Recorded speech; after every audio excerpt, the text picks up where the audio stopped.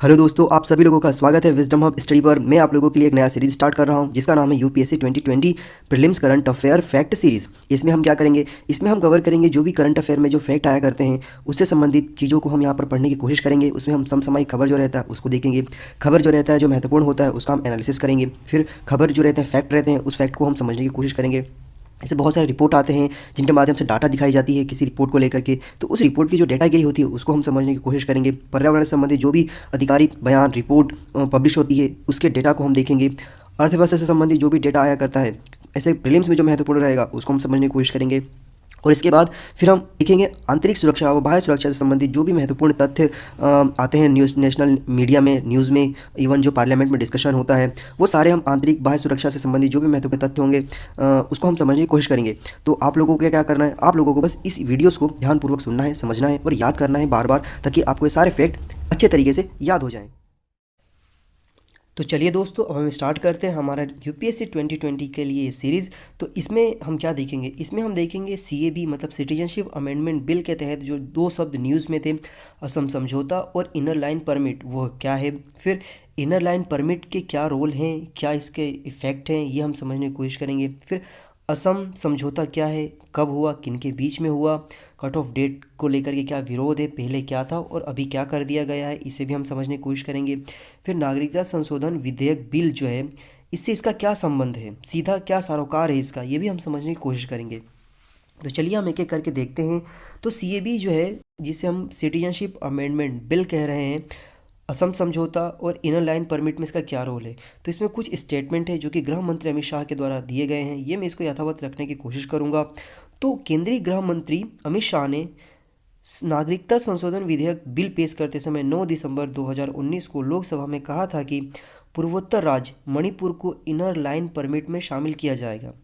तो inner line permit क्या है, तो उन्होंने इसके बाद एक और स्टेटमेंट दिया जो कि बोला वहाँ पर उन्होंने कि हम मणिपुर को इनर लाइन परमिट सिस्टम में शामिल कर रहे हैं, यह एक बड़ा मुद्दा अब मतलब सुलझा लिया जाएगा। फिर लंबे समय से की जा रही इस मांग को पूरा करने के लिए मैं मणिपुर के लोगों की ओर से प्रधानमंत्री नरेंद्र मोदी का धन्यवाद ज्ञापित करता हूँ, ये उन्होंने स्टेटमेंट दिया था।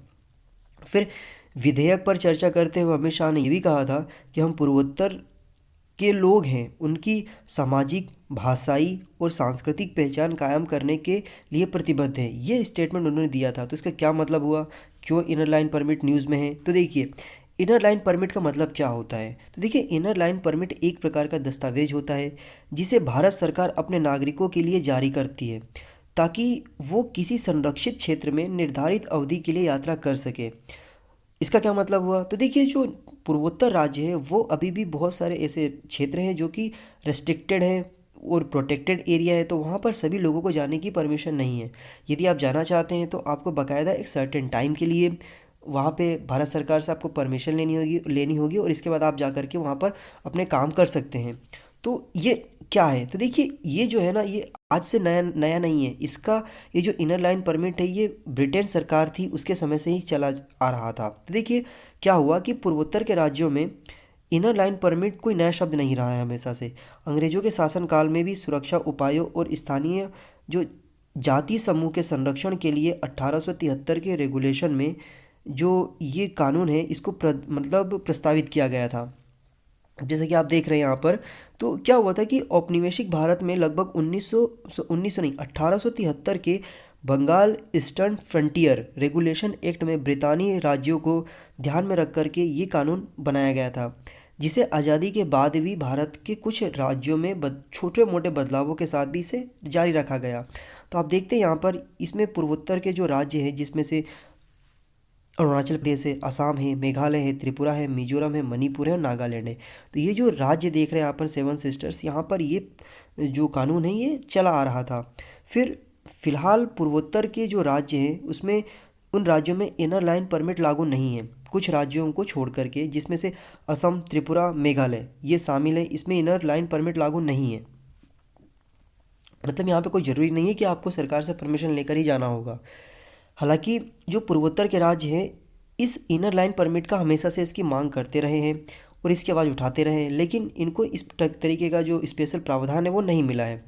नॉर्थ मतलब ईस्ट स्टूडेंट ऑर्गेनाइजेशन की ये मांग रही है हमेशा से कि पूर्वोत्तर के जो राज्य हैं उन राज्यों को इनर लाइन परमिट व्यवस्था से लागू किया जाए। और पिछले साल क्या हुआ था कि मणिपुर ने इस प्रकार का जो विधेयक था इसको पास किया था, जिसमें उन्होंने ये भी कहा था स्पष्ट रूप से कि जो गैर मणिपुरी लोग हैं और जो बाहरी लोग हैं उन लोगों को राज्यों में प्रवेश करने के लिए कड़े नियमों की बात रखी जाएगी, और वो कड़े नियमों को जब फॉलो करेंगे तब जाकर के उन्हें परमिशन दी जाएगी राज्य में आकर के घूमने के लिए। लेकिन हुआ क्या, ये उसमें ये बताना पड़ेगा कि उसमें मणिपुर के निवासी कौन है। इसको लेकर के काफ़ी समय तक डिबेट चलती रही, लेकिन ये उसको सफलता ज़्यादा प्राप्त नहीं हो सकी।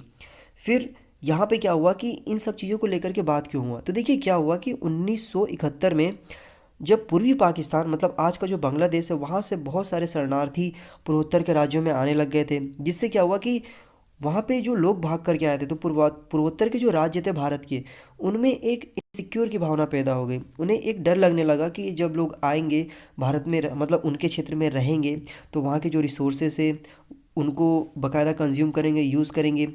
तो उसको लेकर के वहाँ के जो लोग थे वो अपनी सुरक्षा के लिए इनर परमिट की मांग करने लगे, और इस वजह से वहाँ पे इनर परमिट की मांग और ज़्यादा बढ़ गई 1971 में।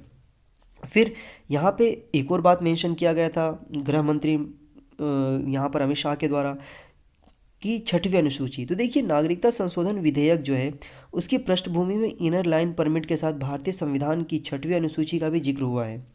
भारतीय संविधान की जो छठवीं अनुसूची है उसमें क्या है कि उसमें जो पूर्वोत्तर भारत के इलाके हैं उनको नागरिकता संशोधन में छूट दी गई है, ऐसा कहा गया है। तो जो छठवीं अनुसूची है उस छठवीं अनुसूची में पूर्वोत्तर के जो 4 राज्य हैं उनको शामिल किया गया है, मेघालय, असम, त्रिपुरा, मिजोरम। आप देख सकते हैं यहाँ पर मेघालय, त्रिपुरा, मिज़ोरम और यहाँ पर असम, इन 4 राज्यों को इसमें शामिल किया गया है। तो इन 4 राज्यों में ऐसा कहा गया है कि जहाँ संविधान के मुताबिक स्वायत्त जिला परिषदें रहेंगी यहाँ पर, जो कि स्थानीय आदिवासियों के अधिकारों को सुरक्षा सुनिश्चित करेगी। ये ऐसा कहा गया है इन 4 राज्यों के अंतर्गत संविधान के छठवें अनुसूची में। फिर भारतीय संविधान के अनुच्छेद 244 में इसका प्रावधान किया गया है कि भारतीय संविधान सभा ने 1949 में इसके जरिए स्वायत्त जिला परिषदों का गठन करके राज्य विधानसभाओं को संबंधित अधिकार प्रदान किए हैं। ये 244 के तहत इन राज्यों के बारे में बोला गया है। फिर जो छठी अनुसूची है, छठी अनुसूची में इनके अलावा क्षेत्रीय जो परिषद है उसका भी उल्लेख किया गया है। इन सभी का उद्देश्य क्या होगा, तो इन सभी का उद्देश्य स्थानीय जो निवासी हैं उनकी जो सामाजिक, भाषाई और सांस्कृतिक पहचान को यहाँ पर कायम रखना, ये मतलब संविधान के जो अनुसूची है उस अनुसूची में ये सब कहा गया है। फिर जो छठवीं अनुसूची है, छठवीं अनुसूची में आने वाले पूर्वोत्तर के जो राज्य हैं मतलब पूर्वोत्तर भारत के जो राज्य हैं उनको जो अभी वर्तमान की जो नागरिकता संशोधन विधेयक है, बिल है, के दायरे से बाहर रखा गया है बाकायदा। मतलब वो जो 6 राज्य 7 सिस्टर्स हैं यहाँ पर, उन 7 सिस्टर्स में ये जो कॉन्स्टिट्यूशनल ये सिटीजनशिप अमेंडमेंट बिल है ये वहाँ पर लागू नहीं होगा, ये उसमें बाकायदा कहा गया है। तो विरोध किस बात को लेकर के हो रहा है, तो देखिए बात ये है ना कि इन जो बिल पास किया गया है अभी, उस बिल में क्या है, उस बिल में ये स्पष्ट रूप से कहा गया है कि जो 3 देश हैं अफ़गानिस्तान, पाकिस्तान और बांग्लादेश, यहाँ से आने वाले लोग जो कि 31 दिसंबर 2014 तक भारत में आ चुके हैं, जिनमें 6 धर्मों को शामिल किया गया है, हिंदू, सिख, बौद्ध, पारसी, जैन और ईसाई। इन 6 धर्मों के लोग यदि 31 दिसंबर 2014 तक भारत में आ चुके हैं तो इन लोगों को भारतीय नागरिकता प्रदान कर दी जाएगी, ये इसमें कहा गया है। मतलब इसमें गैर मुस्लिम समुदाय के लोगों को शामिल नहीं, मतलब जो गैर मुस्लिम समुदाय के लोग हैं उनको शामिल किया गया है, इसमें मुस्लिम को शामिल नहीं किया गया है। तो भारत के अन्य राज्यों में इस बात को लेकर के प्रोटेस्ट है कि ये जो बात है, ये जो जिस तरीके से नागरिकता दी जा रही है, ये भारतीय संविधान के अनुच्छेद 14 का उल्लंघन कर रहा है, क्योंकि उसमें ये बोला गया है कि भारतीय संविधान के अनुच्छेद 14 के तहत किसी में भेदभाव नहीं किया जा सकता, उसके धर्म को लेकर के, उसके सेक्स को लेकर के, उसके जेंडर को लेकर के, उसके रहने के स्थान को लेकर के, उसके जन्म के स्थान को लेकर के, या पुरुष है या महिला है उसके आधार पर यहाँ पर भेदभाव नहीं किया जा सकता। तो यहाँ पर क्या हो रहा है कि यहाँ पे धर्म के आधार पर यहाँ पर नागरिकता दी जा रही है। तो इसको लेकर के भारत के अन्य राज्यों में विरोध हो रहा है। लेकिन यहाँ पे क्या हो रहा है कि जो असम में विरोध है वो अलग प्रकार का है। तो मैं यहाँ पे आपको एक बात स्पष्ट कर दूं कि ये लोग जो है, यदि इस 6 कम्युनिटी के लोग हैं, यदि असम, मेघालय, त्रिपुरा, मिजोरम में रहते हैं, तो वहाँ पर ये ना तो ज़मीन खरीद पाएंगे, ना ही किसी प्रकार का कोई कारोबार कर पाएंगे। ये इसमें स्पष्ट रूप से कहा गया है इस कानून के तहत। तो इसके समझने के लिए, सारे विरोध को समझने के लिए आपको समझना होगा असम समझौता क्या है। तो देखिए, असम समझौता क्या है कि नागरिकता संशोधन विधेयक के संदर्भ में वर्ष 1985 के असम समझौते का उल्लेख किया गया। तो असम समझौते का जो जिक्र हुआ है, तो असम में ये कह करके नागरिकता संशोधन का विरोध किया जा रहा है कि इससे क्या होगा, कि इससे असम समझौते का उल्लंघन हो रहा है। असम समझौता राज्य के लोगों को सामाजिक, सांस्कृतिक और भाषाई पहचान देता है, मतलब सोशल, इसके बाद कल्चरल और जो लिंग्विस्टिक है, इन सब चीज़ों में सुरक्षा प्रदान करता है असम समझौता। तो असम समझौता जो है वो 15 अगस्त 1985 को भारत सरकार और असम मूवमेंट के नेताओं के बीच हुआ था। तो उसमें भारत के जो तत्कालीन प्रधानमंत्री थे वो राजीव गांधी थे, उनके माध्यम से ये जो असम अकॉर्ड कहा जाता है, वो असम अकॉर्ड इसमें 15 अगस्त 1985 को हुआ था। तो समझौते में क्या कहा गया था, तो देखिए उस समझौते के तहत इन सारी चीज़ों को, सामाजिक, आर्थिक और भाषाई पहचान को सुरक्षित रखा गया था, और उसमें एक डेडलाइन दी गई थी। और ये समझौता होने का रीज़न एक ये था कि जब 1971 से, जब वहाँ मतलब पूर्वी पाकिस्तान से, जो कि बांग्लादेश हो चुका था 71 में, तो वहाँ से लोग जब इंडिया में आ रहे थे, पूर्वी इंडिया में आ रहे थे, तो वहाँ पे रहने वाले लोगों में विरोध प्रदर्शन होने लगा। और ये जो 1985 से लगभग 6 वर्ष पहले तक इसमें ज़्यादा विरोध होता रहा।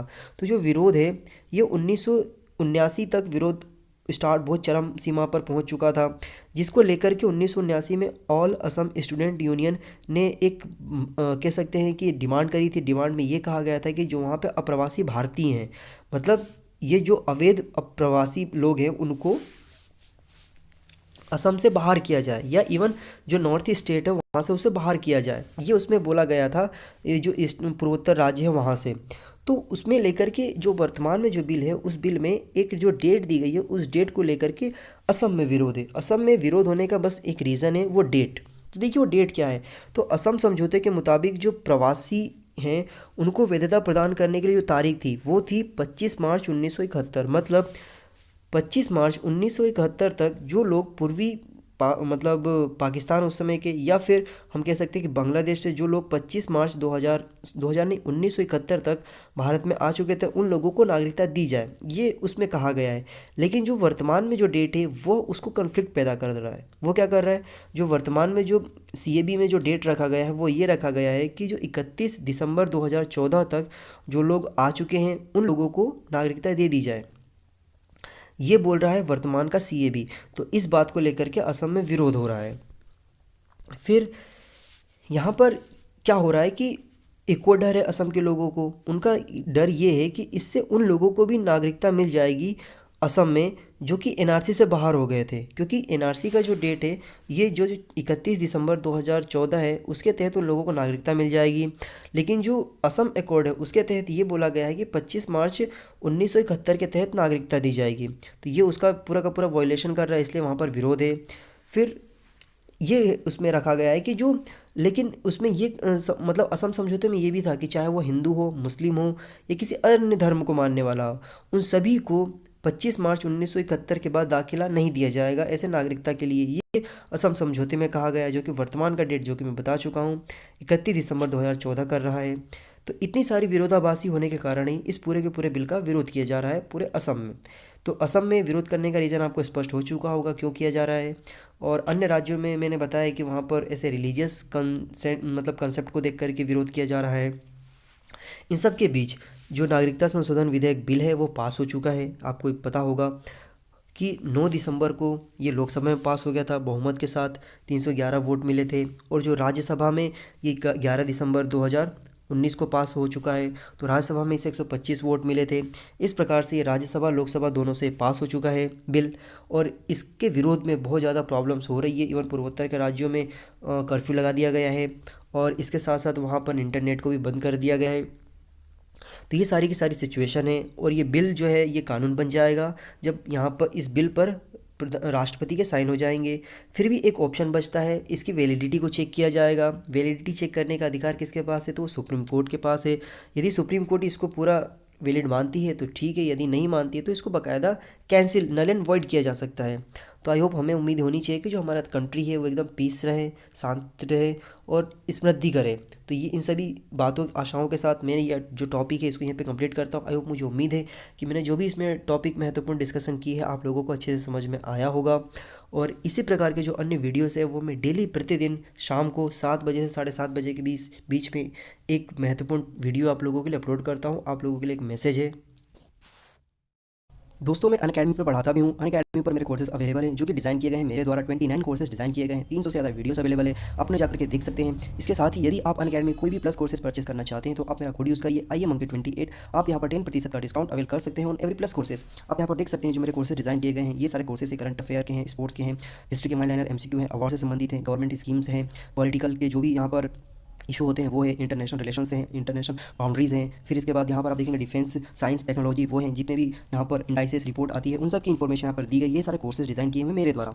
ये देखिए आप यहाँ पर, तो ये सभी कोर्सेज है जो कि आपको बहुत ज़्यादा बेनिफिशियल रहेंगे से MPPSC की प्रिपरेशन के लिए। आपको बहुत ज़्यादा आइडेंटिफाइड, वेरीफाइड तरीके से ये डिज़ाइन किए हुए कोर्सेज है, क्योंकि अनअकैडमी पर कोई भी ऐसे कॉपी किया हुआ कंटेंट नहीं डाला जाता है। ओके, तो आप इन्हें जाकर के देखिए, आपको बहुत ज़्यादा फायदा होगा। मैं इनकी लिंक्स जो है कोर्सेज की मैं डिस्क्रिप्शन बॉक्स में प्रोवाइड करा दूँगा, आप लोग वहाँ पर जाकर के एक्सेस कर सकते हैं। और इसके साथ ही जो मेरे फेसबुक के पेजेस हैं जहाँ पर मैं करंट अफेयर डालता हूँ, अनअकैडमी के जो लिंक्स हैं कोर्सेज के वो, और इसके बाद टेलीग्राम पे जहाँ पर मैं PDF डालता हूँ, और व्हाट्सएप के जो ग्रुप्स हैं उनकी भी लिंक मैं आपको डिस्क्रिप्शन बॉक्स में प्रोवाइड करा दूँगा, और मैं कमेंट सेक्शन में पिन कर दूँगा, वहाँ पर जाकर के भी आप ज्वाइन कर सकते हैं।